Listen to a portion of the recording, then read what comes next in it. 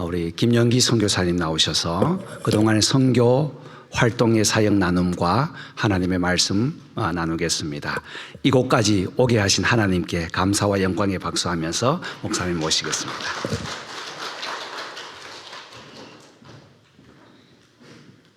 제가 존경하고 또 하나님께서 귀히 쓰시는 우리 우정필 목사님이 심호하시는 이렇게 귀한 교회, 또 우리 귀한 성도님들 이렇게 뵙고 같이 말씀을 나누게 되어서 참으로 기쁘고 감사하고 또 영광스럽게 생각을 합니다.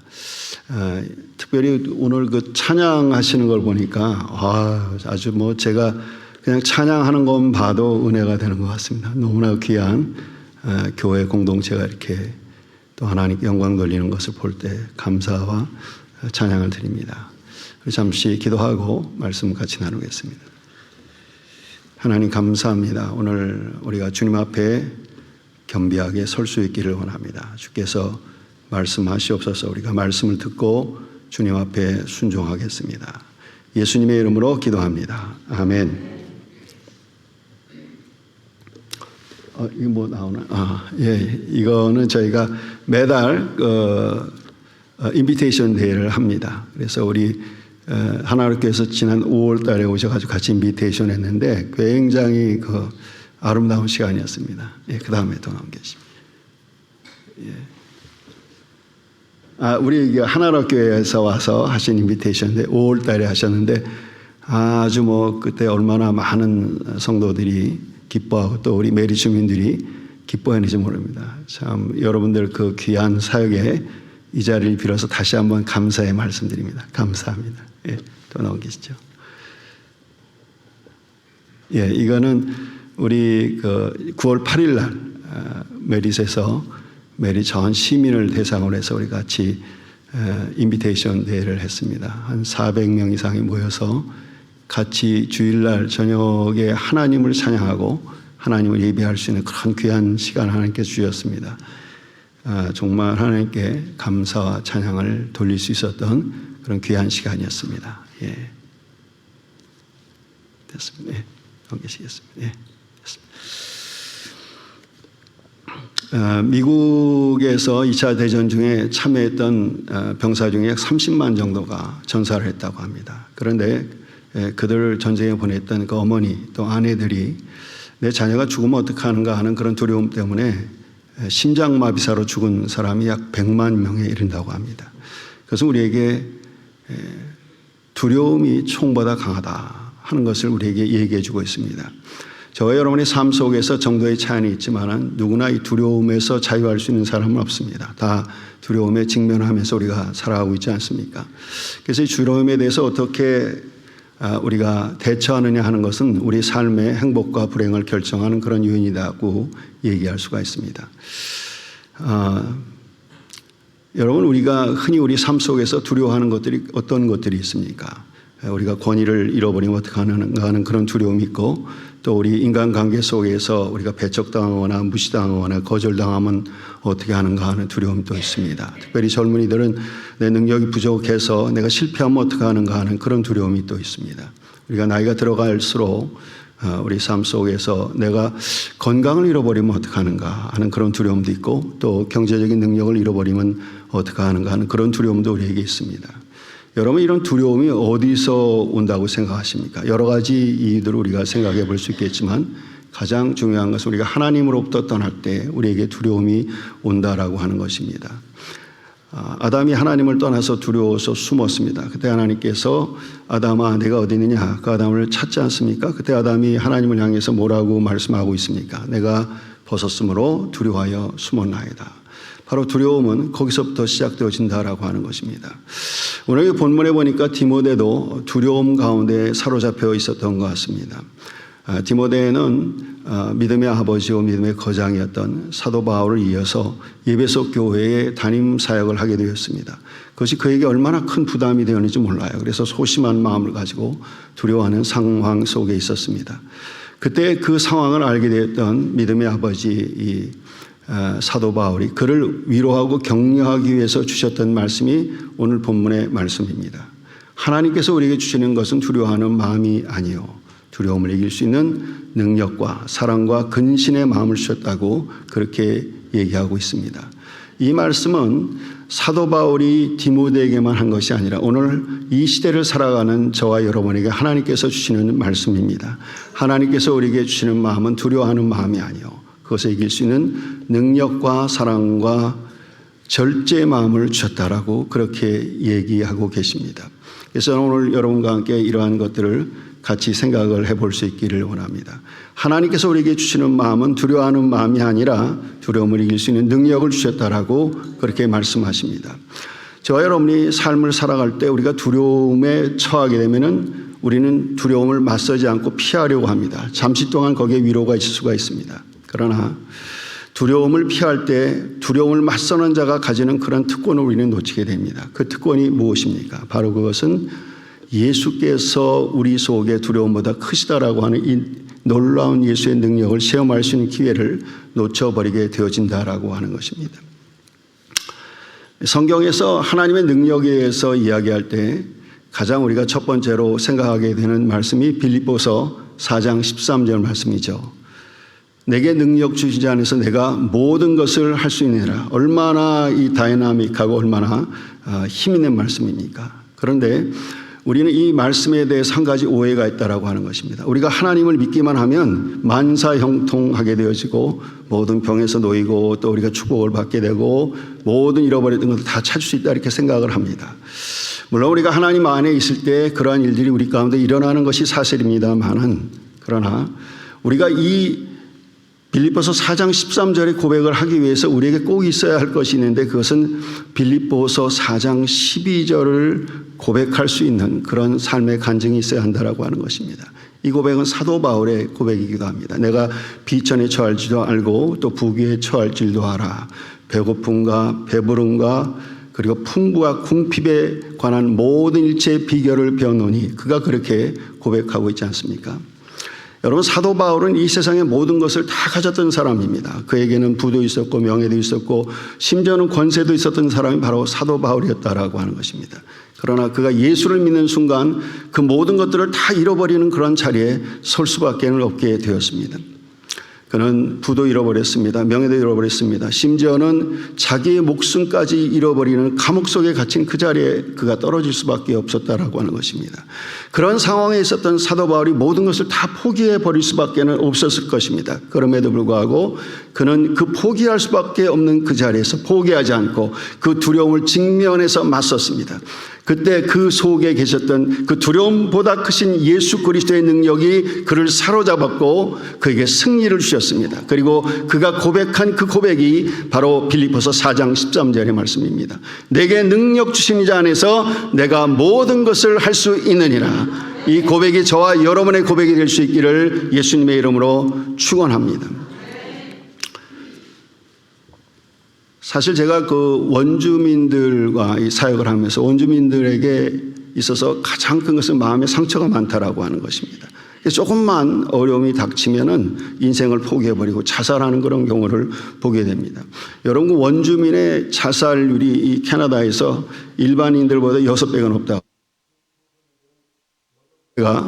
더 높다라고 그렇게 합니다. 2016년에 그 마니토바주에서 그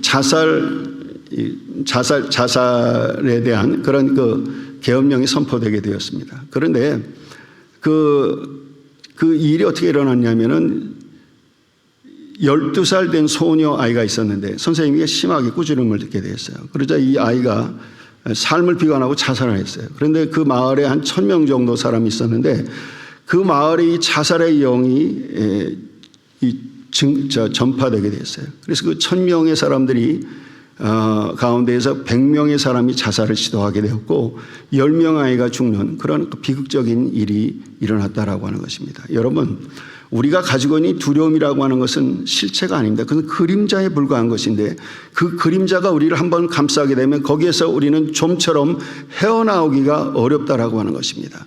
그러므로 우리는 이것을 기억하고 우리에게 두려움의 마음이 임할 때마다 그것을 인정하지 마시고 그것과 맞서서 싸워야 합니다. 왜냐하면 그때 예수 그리스도의 능력이 우리를 사로잡고 우리에게 승리를 주시기 때문에 그렇다라고 하는 것입니다. 제가 작년에 이 메릿 전체를 대상으로 해서 인비테이션 데이를 하게 되었습니다. 그때 제가 꼭 하고 싶었던 것이 어떤 것이었냐면 성경적인 가르침, 특별히 동성애에 대해서 그 호모섹슈얼리티에 대한 그런 그 성경적인 가르침을 그들에게 줘야겠다. 그 죄다. 너 그 쥐면은 그 계속해서 그거 하면은 지옥 간다. 그렇게 얘기하고 싶었어요. 그래서 제가 이제 그렇게 설교를 작성하고 우리 교회 스태프들하고 스태프 모임을 하는데 스태프들에게 제가 얘기를 했어요. 내가 이렇게 동성애에 대해서 얘기할 거다. 그랬더니 아주 저하고 굉장히 그 친밀한 관계에서 저를 도와주는 그런 자매가 있었는데 그 자매가 정색을 하고 저에게 이렇게 해요. 목사님 그거 하지 마세요. 그거 하면은 거기 참석했던 사람의 3분의 1은 그 자리를 다 떠납니다. 그렇게 얘기를 하더라고요. 그래서 제가 그 자매에게 그냥 가만히 있고 기도나 해요. 그렇게 하고서 집에 와서 이제 큰 소리는 쳤는데 가만히 생각해보니까 문제가 생긴 거예요. 왜냐하면 여러분 아시다시피 이 캐나다에서 목사가 강단에서 동성연애에 대해서 그 죄를 지적하게 되면 그 목사는 굉장히 인정머리가 없고 인간을 이해하지 못하는 목사다. 그렇게 매도될 수가 있습니다. 더더군다나 이 캐나다 법 가운데에서요. 목사가 이 동성연애에 대한 성경적인 가르침을 가르치게 되면은 5년간 감옥살이를 해야 하는 그런 법이 이미 제정이 되어 있어요. 제가 가만히 생각해보니까 문제가 되긴 되겠더라고요. 그래서 제 마음속에 이건 뭐 축제인데 꼭 그렇게 해야 되나. 그냥 하나님이 여러분을 사랑하십니다. 그렇게 부드러운 얘기를 하고 끝내야 되겠다 그렇게 생각을 했는데 그때 제 마음속에 강하게 저를 도전하는 말씀이 있었어요. 그게 갈라디아 1장 10절의 말씀입니다. 내가 사람을 기쁘게 할 것이냐 하나님을 기쁘게 할 것이냐. 내가 사람을 기쁘게 하면 그리스도의 종이 아니라. 저는 그 말씀을 붙잡지 않을 수가 없었어요. 그 말씀 붙잡고 강단에 서서 더 이전보다 더 강하게 그들에게 외쳤습니다. 여러분 동성애는 죄입니다. 동성애를 계속 여러분이 저지르게 되면은 여러분은 슬피 울며 이를 가는 불이 꺼지지 않는 지옥에 들어가게 될 것입니다. 그렇게 강하게 외치고 제가 눈을 감았어요. 왜냐하면 3분의 2가 도망갈 거기 때문에 그거 보기 싫어가지고 눈을 감았어요. 근데 그러고 났는데 한 사람도 떠나지 않고 그냥 그 자리에 가만히 있더라고요. 근데 여기저기서 아멘 소리가 나오고 박수가 나오고 아멘 할렐루야 소리가 나옵니다.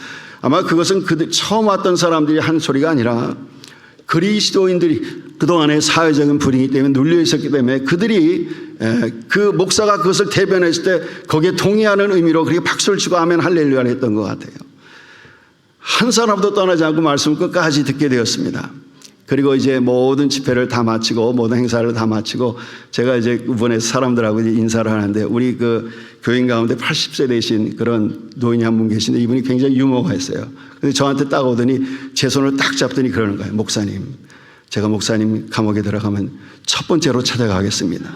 사식은 걱정하지 마십시오. 그렇게 얘기하더라고요. 얼마나 위로가 되고 감사하지요. 여러분 두려움을 포기하고 뒤로 물러서지 마십시오. 맞서 나가시면 우리 속에 예수 그리스도의 능력이 우리에게 승리를 주실 줄로 믿습니다. 하나님께서 주시는 마음은 두려워하는 마음이 아니고 사랑의 마음이라고 그렇게 주님께서 우리에게 말씀하십니다. 여러분 우리가 왜 두려워하게 됩니까? 그것은 우리가 우리 자신에게 집중할 때 우리는 두려워하게 된다라고 하는 것입니다. 우리가 나이가 많아질수록 우리가 섭섭한 게 많아지잖아요. 내 자식 녀석이 나한테 잘할까? 내가 병 들면 내 자식이 나를 잘 돌봐줄까? 내가 이 돈 못 벌게 되면 우리 마누라가 나를 버리고 도망가면 어떡할까? 그래가지고 그런 거를 계속 집중하게 생각하다 보니까 잘 삐치기도 하고 그리고 섭섭한 것이 많은 것이 저와 나이 많으신 분들의 그 삶의 모습 가운데 하나라고 얘기할 수가 있습니다. 한국에서는요 50살 정도가 되면 회사에서 명퇴를 하는 경우가 있습니다. 자, 이게 평생을 가정을 해서 희생하고 봉사했던 그 남편이 명퇴를 하고 나서 집에 돌아오면 여러분 그 남편의 행동이 어떻게 바뀌는지 알아요? 부인 뒤만 저렇게 쫓아다니는 거예요. 근데 부인 입장에서 볼 때는 내가 필요할 때는 옆에 같이 있어주지 않고 이제 별로 이제 내 삶을 좀 이제 펼쳐나가려고 하는데 왜 해필을 나를 졸졸 쫓아다닌가. 그래서 그분들이 늘 그렇게 얘기를 한다 그래요. 남편은 뭐냐? 로또요. 안 맞아. 그래서 그분들 이 남편 향해서 뭐라고 얘기를 하냐면은 젖은 낙엽이다 이렇게 얘기를 한대요. 여러분 마른 낙엽은 침이 떨어지기로 하는데 젖은 낙엽은 떨어지지도 않고 그냥 붙어서 다니는 거예요. 왜 남편의 처지가 그렇게 됐다고 생각하십니까? 그것은 내가 부인에게 버림당하면 어떡하는가 하는 그 두려움 때문에 그런 모습 가운데 설 수밖에 없었다라고 하는 것입니다.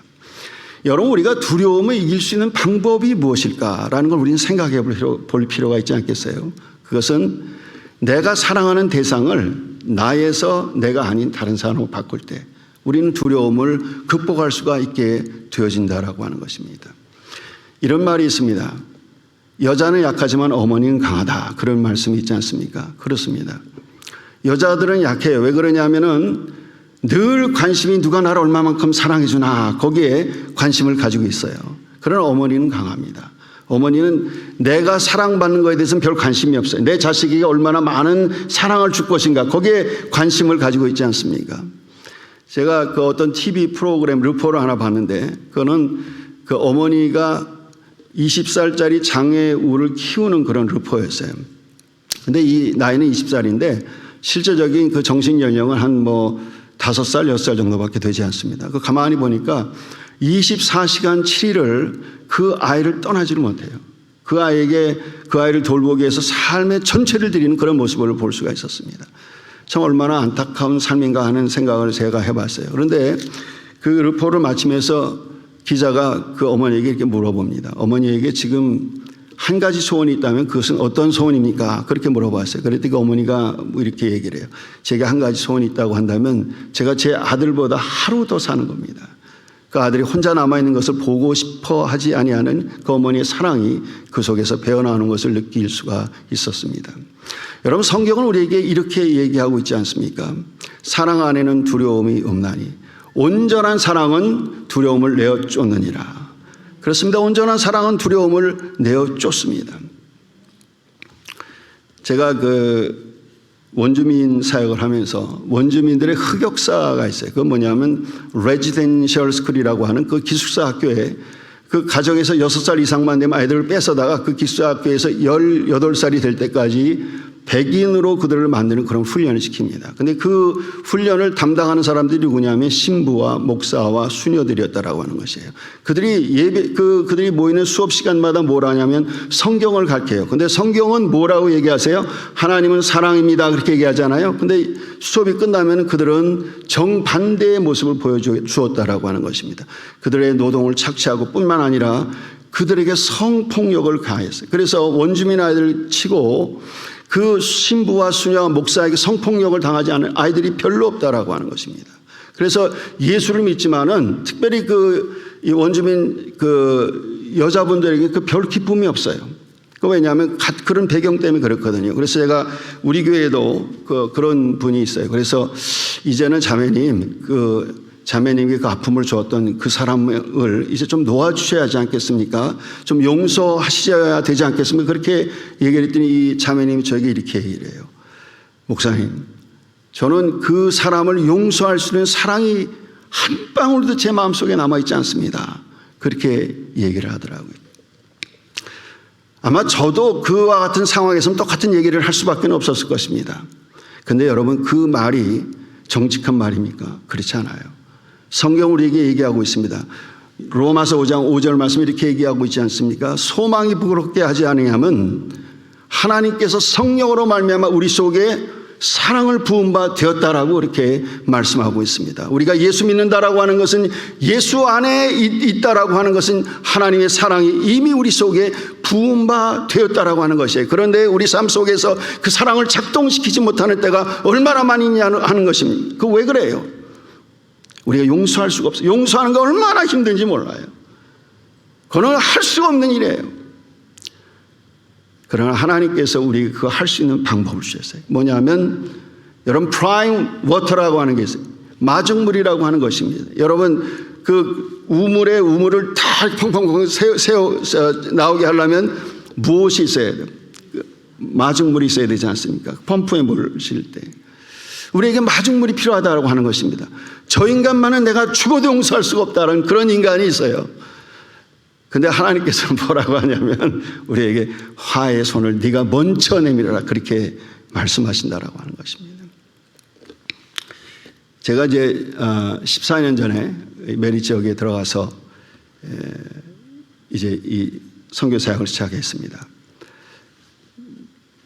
이제 우리가 주일이 되면 같이 모여서 예배를 드려야 되잖아요. 근데 한두 명 정도 이제 모여서 같이 예배를 드렸어요. 근데 어느 날이었습니다. 그 원주민, 그 예배 참석했던 그 원주민 가운데 한 사람이 저에게 전화를 했어요. 그 전화하면서 뭐라 그러냐면, 내일 목사님, 내가 친척이 15명인데 15명 다 데리고 교회 데리고 가겠다는 거예요. 여러분, 이런 얘기를 들으면 목사하고 사모는 눈이 뒤집히는 거예요. 그래가지고 너무나 기뻐가지고 그날 아마 30명 정도의 그 음식을 준비했을 겁니다. 그리고 이제 주일을 기다렸는데 왜 이렇게 시간이 안 가요? 드디어 주일날이 되었습니다. 제가 하나 질문을 드릴게요. 그 사람들이 왔을 것 같아요? 안 왔을 것 같아요? 왔으면은 제가 무엇 때문에 이런 질문을 하겠어요? 한 사람도 안 왔고 평소에 오던 사람도 안 왔어요. 참 기가 막히더만. 그래서 예배를 드렸는지 어떻게 했는지 하여튼 예배를 끝냈어요. 그리고 나서 이제 제가 전화를 했어요. 야, 너 왜 안 왔냐? 그러니까 귀찮아서 안 왔대. 그럼 그 15명 데려오려는 사람 왜 안 데려왔어요? 그랬더니 내가 할 게 뭐냐는 거예요. 여러분, 그 원주민들 가운데 이런 격언이 있어요.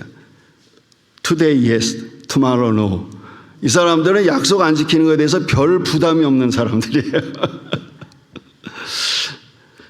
제가 이제 마음에 참 분노가 있었죠. 그런데 그럼에도 불구하고 여러분 선교사가 거기서 멈추면 되겠어요? 그래서 저하고 제 아내하고 음식을 싸들고 거기 갔어요. 그리고 갔더니 아이고 그 사람이 우리를 보더니 문전박대라는 거예요.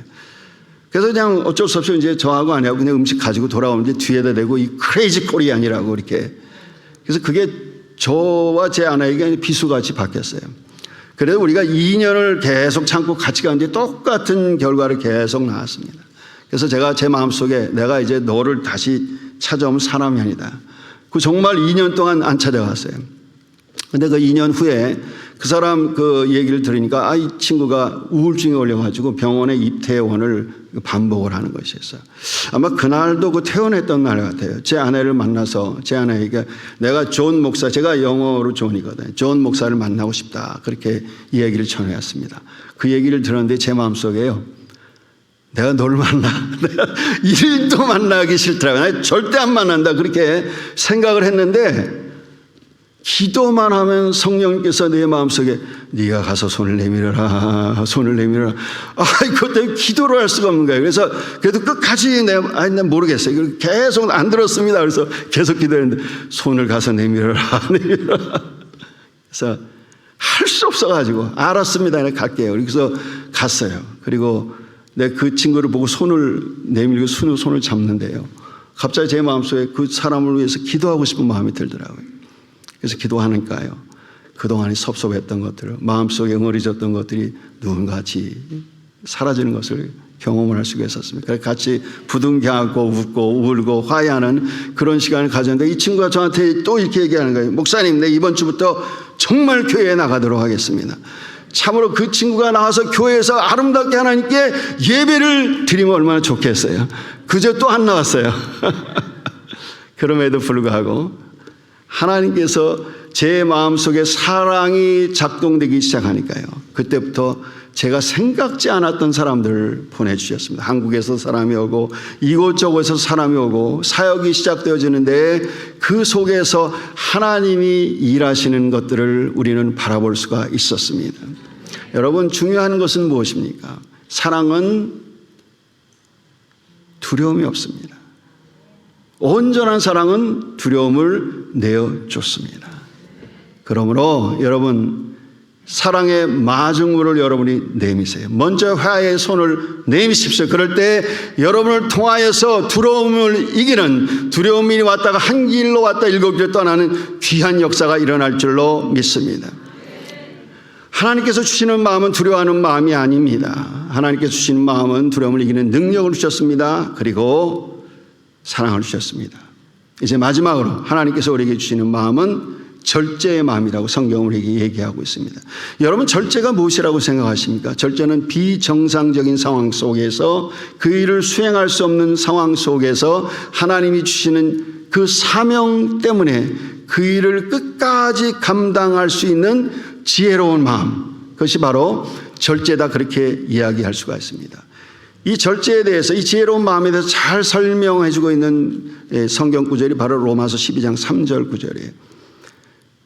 마땅히 생각할 그 이상의 생각을 품지 말고 믿음의 분량을 좇아서 지혜롭게 생각하라, 그렇게 성경은 우리에게 얘기하고 있습니다. 여러분, 지혜가 무엇입니까? 성경은 우리에게 이렇게 얘기하고 있어요. 너희가 악에서 떠나서 하나님을 경외하는 것, 그것이 뭐라? 지혜다, 그렇게 얘기하고 있다라고 하는 것입니다. 지혜를 가진 사람에게 있어 삶의 한 가지 유일한 소원이 있습니다. 그것은 하나님을 기쁘게 하고 하나님께로부터 인정받는 것, 그것이 바로 지혜 가진 사람들의 마음이라고 하는 거예요. 이런 사람들은 어떠한 상황과 어려운 가운데서 그 절제할 수 있어요. 왜냐하면 하나님 앞에서 살려고 하는 지혜의 마음을 가졌기 때문에 그렇다라고 하는 것입니다. 우리가 우리의 삶을 살아가는, 여러분과 저의 삶에 가장 강력한 동인이 있다고 그래요. 그게 무엇입니까? 우리가 누구에겐가 인정받고자 하는 그 욕구라, 그렇게 얘기할 수가 있어요.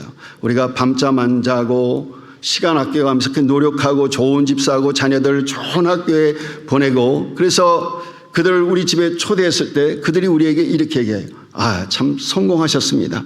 그 말 한마디가 우리의 삶의 모든 것들을 다 절제할 수 있게 하고, 그렇게 그 삶을 따라가지 않습니까? 근데 여러분, 인간이 가지게 되는 그 인정, 그거는 밤의 한 경점 같습니다. 그건 아침 이슬 같이 사라지는 거예요. 언제 사라질지 모르는 것, 그 오늘의 인정이 내일의 비난으로 바뀌는 것이 인간의 인정이라고 하는 것입니다. 그러나 하나님께서 우리를 인정하시면 그 인정하심은 영원히 변치 아니하는 것입니다. 하나님은 우리를 인정하시고 우리를 인정하시면 사람이 우리를 인정하게 돼요.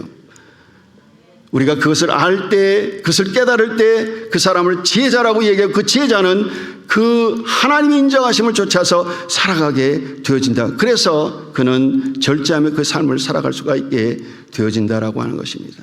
성경의 그 대표적인 인물이 바로 요셉이라고 하는 사람입니다. 요셉은 17살에 애굽의 노예로 팔려가지 않았습니까? 그는 부잣집 아들이었습니다. 사랑받는 사람이었습니다. 그런데 애굽의 노예가 되었습니다. 이 노예가 되었다라고 하는 것은 동물과 같은, 물건과 같은 존재가 되었다, 인격이 없는 존재가 되었다라고 하는 것입니다. 요셉은 하나님께서 주신 비전에 사로잡혀 있었던 비전의 사람이었습니다. 그건 드리머였어요. 그런데 그의 삶이 어느 날 이렇게 철락을 해버렸다고 하는 것입니다. 그 자리에서 그는 하나님 원망할 수도 있어도, 하나님 어떻게 나한테 이럴 수가 있어요? 그렇게 얘기할 수가 있었습니다. 그럼에도 불구하고 그는 그 자리에서 자신이 할 수 있는 최선을 다해서 그의 삶을 살아가게 되었습니다. 그때 하나님께서 그가 일했던 그 보디발 장군의 집에 가정 총무로 그를 삼아주셨습니다. 참 놀라운 일이 아닐 수가 없습니다. 그런데 호사담을 하고, 그게 이제 한 고비를 넘기고 그 보디발 장군 집에 가정 총무가 되었을 때 그 부인이 눈병이 걸리지 않았는데 왜 자꾸만 그 윙크를 해대면서 그 사람에게 계속 윙크를 해대면서 그 사람이 다가갑니다. 이 여자들이 윙크할 때가 제일 무서울 때예요. 우리는 무조건 피해야 됩니다. 요셉이 그 아내의 유혹 앞에서 뭐라고 고백하고 있습니까? 내가 어찌 하나님 앞에서 큰 죄를 지을 수가 있습니까? 어찌 하나님 앞에서 득죄할 수가 있겠습니까? 그렇게 고백하고 있지 않습니까? 그는 참으로 순전한 사람이에요. 순전한 사람이라고 하는 것은 그가 하나님 앞에 지혜를 가진 자이고 그 하나님 앞에서 늘 그의 삶을 살았기 때문에 그는 세상의 어떠한 것에도 타협하지 않고 어떠한 것에도 굴복하지 않고 하나님 앞에서의 삶을 그는 지켜나갈 수가 있었다라고 하는 것입니다. 요셉이 그렇게 하나님의 말씀을 지켰으면은 그에게 당연히 시온의 대로가 열려야 되지 않아요? 근데 여러분 잘 아시죠? 요셉이 그 다음에 어디로 갔죠? 감옥에 가지 않았습니까? 여러분 그 감옥은 왕의 감옥이에요. 여기에는 절망과 두려움밖에 없습니다. 그의 이름이 불려지면 죽는 거예요. 늘 두려움이 있고 절망이 있는 것이 그 왕의 감옥이라고 하는 것입니다. 참 이런 불합리한 것이 어디 있어요? 근데 여러분 기억하십시오. 우리가 그리스도인으로 산다라고 하는 것은 나를 위해서 십자가에 죽으신 예수 그리스도의 십자가를 바라보면서 그 십자가 앞에서 하나님 우리에게 말씀하신 걸 이루어드리기 위해서 순종하기 위해서 값을 치르는 사람이 바로 그리스도인이라고 하는 것입니다. 오늘날 특별히 우리 한국 교회 가운데에서 한 가지가 잊혀지고 있어요. 그것은 바로 헌신의 모습이 살아가고 있다라고 하는 것입니다. 제가 매해마다 한국에 선교 보고를 하기 여러 교회를 다니면서 말씀을 전합니다. 그리고 여러 성도님들을 만납니다. 그 성도님들을 만날 때마다 제가 느끼는 것은 모든 사람들이 피해의식과 패배의식에 젖어 있다라고 하는 것입니다. 우리가 복음을 전해도 이제 복음은 아무 효능과 아무 능력이 나타나지 않는다고 그들은 탄식하고 있다라고 하는 것입니다. 복음을 전할 생각을 하지 않아요. 그러나 여러분, 오늘 우리가 읽었던 말씀과 같이 복음에는 하나님의 능력이 있습니다. 그 하나님의 능력을 전할 때 하나님은 놀라운 일을 우리에게 경험하게 하시는 것입니다. 사막과 같은 곳에서도 복음을 전할 때 하나님께서는 거기에 놀라운 역사를 불러 일으키셨습니다. 여러분, 이 시애틀 이 지역이 영적으로 죽어가고 있다라고 하는 사실을 우리가 알고 있지 않습니까? 그러나 염려하지 마십시오. 복음의 능력은 시애틀을 가로막고 있는 악한 어둠의 세력보다 강하다라고 하는 것입니다. 그러므로 우리는 복음을 전해야 돼요. 왜냐하면 복음의 능력이 있기 때문에 그렇습니다. 복음을 전할 때 복음을 믿는 모든 사람에게 구원이 되는 하나님의 능력이 있기 때문에 그렇다라고 하는 것입니다. 저는 하나님께서 이 하나로 교회를 통하여서 하나님의 놀라운 비전을 이루실 줄로 믿습니다. 여러분을 통하여서 복음의 능력이 살아있음을 많은 사람들이 보고 경험하고 하나님을 찬양하게 하실 줄로 믿습니다. 그러나 여러분, 우리가 복음을 전할 때 하나님의 말씀대로 살아나갈 때 쉽지 않아요. 거기엔 값을 치러야 되고요, 소외됨이 있어야 되고요, 많은 사람 앞에서 따돌림을 당해야 하는 그런 상황들이 우리에게 있다라고 하는 것입니다. 우리가 그럴 때마다 피눈물을 흘릴 때가 있지 않습니까? 전도하다가 박대당할 때면 얼마나 힘들고 어려워요. 근데 여러분, 우리가 실망하고 좌절하고 넘어져 있는 그 자리에 나 혼자 있지 않다라고 하는 것을 기억하십시오. 우리가 눈물을 흘릴 때 예수 그리스도께서는 피눈물을 흘립니다. 우리가 넘어져서 일어나지 못할 때 주님께서 우리에게 다가오셔서 우리를 안으시고 우리를 일으켜 세우시고 우리와 함께 승리의 길로 가게 하시는 것입니다. 이 주님이 우리와 함께 있어요. 그 주님이 나의 삶을 보고 계세요. 그것이 우리에게 힘과 능력이 되는 줄로 믿습니다. 그러므로 여러분이 기도하실 때 하나님, 이 두려움을 피하게 해주십시오. 그렇게 기도하지 마세요. 기도할 때 이렇게 기도하십시오. 하나님, 저에게 지혜를 주십시오. 그 지혜를 통하여서 이 두려움을 이기게 하여 주옵소서. 누구든지 지혜가 부족하거든 후히 주시고 꾸짖지 아니하시는 주님께 지혜를 구하십시오. 주님께서는 여러분에게 지혜를 주셔서 절제로 승리하게 하심으로 두려움이 한 길로 왔다 7길로 물러나는 놀라운 역사를 경험하게 하실 것입니다. 하나님께서 주시는 마음은 두려워하는 마음이 아닙니다. 두려움을 이기게 하는 능력과 사랑과 근신의 절제의 마음입니다. 한번 따라 합시다. 하나님이 주시는 마음은 두려워하는 마음이다. 역시 목사님이 수준이 높으니까 교인들이 수준이 높아요. 안 속네. 하나님이 주시는 마음은 두려워하는 마음이 아니요, 두려움을 이기는 능력과 사랑과 절제입니다. 기도하겠습니다.